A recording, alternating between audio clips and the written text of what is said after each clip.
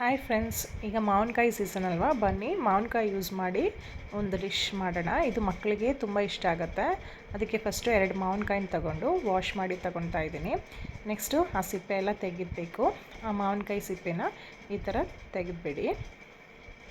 ಇದು ಸಮ್ಮರ್ ಸೀಸನಲ್ಲಿ ಮಕ್ಕಳು ಮನೇಲಿ ಇರ್ತಾರಲ್ವ, ಹಾಲಿಡೇಸಲ್ಲಿ ಅವ್ರಿಗೆ ಮಾಡಿಕೊಟ್ರೆ ತುಂಬ ಇಷ್ಟ ಆಗುತ್ತೆ. ಔಟ್ಸೈಡ್ ಚಾಕ್ಲೇಟ್ಸ್ ಎಲ್ಲ ತಿನ್ನೋದನ್ನು ನಾವು ಅವಾಯ್ಡ್ ಮಾಡ್ಬೋದು.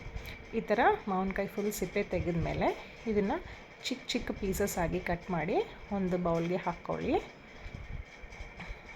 ನಾವು ಇದನ್ನು ಬೇಕಾದ್ರೆ ಜಾಸ್ತಿ ಮಾಡಿ ಸ್ಟೋರೂ ಮಾಡಿ ಇಟ್ಕೊಳ್ಬೋದು. ಫ್ರಿಜ್ಜಲ್ಲಿ ಒಂದು ಏರ್ ಟೈಟ್ ಕಂಟೈನಲ್ಲಿ ಹಾಕ್ಕೊಂಡು. ಇದೊಂಥರ ಸ್ವೀಟ್ ರೆಸಿಪಿ ಅಂತಲೂ ಹೇಳ್ಬೋದು. ಎಲ್ಲ ಫ್ಲೇವರ್ಸು ಇರುತ್ತೆ, ಒಂಥರ ಟ್ಯಾಂಗಿ ಫ್ಲೇವರ್ ಇರುತ್ತೆ. ಮಾವಿನಕಾಯ್ದು ಹುಳಿ ಮತ್ತು ಖಾರ, ಸ್ವೀಟ್, ಉಪ್ಪು ಎಲ್ಲ ಇರುತ್ತೆ. ಈ ಥರ ಮಾವಿನಕಾಯಿನ ಪೀಸಸ್ ಆಗಿ ಕಟ್ ಮಾಡ್ಕೊಳ್ಳೋಣ. ಕಟ್ ಮಾಡಿ ಈ ಬೌಲ್ಗೆ ಹಾಕ್ಕೊಂಡು ನೆಕ್ಸ್ಟ್ ಇದನ್ನು ನಾವು ಬೇಯಿಸಬೇಕು, ಚೆನ್ನಾಗಿ ಬಾಯ್ಲ್ ಮಾಡಬೇಕು. ಸೊ ಇದನ್ನು ಬಾಯ್ಲ್ ಮಾಡೋಕ್ಕೋಸ್ಕರ ಆ ಮಾವಿನಕಾಯಿ ಪೀಸಸ್ ಏನಿದೆ ಅದು ಮುಳುಗುವಷ್ಟು ನೀರು ಹಾಕಿಬಿಟ್ಟು ನಾನು ಬೇಯಿಸ್ಕೊತಾ ಇದ್ದೀನಿ. ಚೆನ್ನಾಗಿ ಬಾಯ್ಲ್ ಆಗುತ್ತೆ. ಕುದಿ ಎಲ್ಲ ಬಂದ ಮೇಲೆ ನಾವು ಇದು ಚೆನ್ನಾಗಿ ಬಾಯ್ಲ್ ಆಗಿದೆಯಾ ಅಂತ ಚೆಕ್ ಮಾಡಿಕೊಂಡು ಆಮೇಲೆ ಇಳಿಸ್ಬೇಕು. ಬಾಯ್ಲ್ ಆಗೋ ಸ್ಟೇಜಲ್ಲಿ ಸ್ವಲ್ಪ ಉಪ್ಪು ಹಾಕ್ಕೊಂಡು ಬೇಯಿಸ್ಕೊಳ್ಳೋಣ.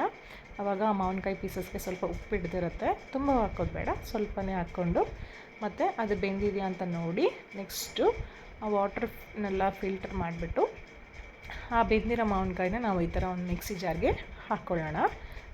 ಆ ಮಾವಿನಕಾಯಿ ಪೀಸಸ್ ಸ್ವಲ್ಪ ಆರಿದ ಮೇಲೆ ಮಿಕ್ಸಿ ಜಾರ್ಗೆ ಹಾಕ್ಕೊಂಡು ಪ್ಯೂರಿ ಥರ ಮಾಡ್ಕೋಬೇಕು.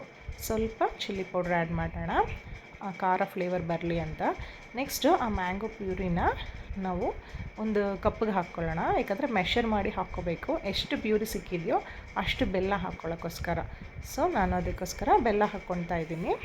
ಬೆಲ್ಲ ಇಷ್ಟ ಇಲ್ಲ ಅಂದರೆ ಅಷ್ಟೇ ಸಕ್ಕರೆ ಬೇಕಾದ್ರೂ ಆ್ಯಡ್ ಮಾಡ್ಬೋದು. ನೆಕ್ಸ್ಟ್ ಅದನ್ನು ಗ್ಯಾಸ್ ಮೇಲೆ ಇಟ್ಟು ಈ ಥರ ಬಾಯ್ಲ್ ಮಾಡ್ಕೊತಾ ಬರಬೇಕು. ಅದು ಕುದಿದು ಒಳ್ಳೆ ಪಾಕ ಸಿಗುತ್ತೆ ನಮಗೆ. ಅಲ್ಲಿ ತನಕ ಈ ಥರ ಮಿಕ್ಸ್ ಮಾಡ್ಕೊಳ್ತಾ ಇರಿ.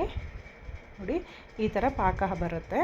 ಅದನ್ನು ನಾವು ಪಾಕ ಚೆಕ್ ಮಾಡ್ಕೊಳ್ಳೋಕ್ಕೆ ಬೇಕಾದ್ರೆ ಒಂದು ಸ್ವಲ್ಪ ಈ ಥರ ವಾಟ್ರಲ್ಲಿ ಬಿಟ್ಟರೆ ಅದು ಕನ್ಸಿಸ್ಟೆನ್ಸಿ ಗೊತ್ತಾಗುತ್ತೆ. ಈ ಥರ ಜಾಮ್ ಥರ ನಿಂತ್ಕೊಳ್ಬೇಕು, ಅದು ನೀರಲ್ಲಿ ಮಿಕ್ಸ್ ಆಗಬಾರ್ದು. ಸೊ ಈಗ ಇದು ಕರೆಕ್ಟಾಗಿ ಆಗಿದೆ. ನೆಕ್ಸ್ಟು ಇದನ್ನು ಒಂದು ಪ್ಲೇಟಿಗೆ ಎಣ್ಣೆ ಅಥವಾ ಗೀ ಸವರ್ಬಿಟ್ಟು ಅದನ್ನು ಹಾಕಿಬಿಟ್ಟು ಒಂದು 2 ಡೇಸ್ ಅಷ್ಟು ಬಿಸಿಲಲ್ಲಿ ಒಣಗಕ್ಕಿಡೋಣ. ಒಣಗಿದ ಮೇಲೆ ಅದನ್ನು ಈ ಥರ ತೆಗಿಬೇಕು. ಈ ಥರ ತೆಗೆದಾಗ ನಮಗೆ ಒಂದು ಬಾರ್ ಥರ ಬರುತ್ತೆ. ಇದು ಮಕ್ಕಳಿಗೆ ಕೊಡಿ, ತುಂಬ ಚೆನ್ನಾಗಿರುತ್ತೆ. ನನ್ನ ಚಾನಲ್ನ ಸಬ್ಸ್ಕ್ರೈಬ್ ಮಾಡಿ.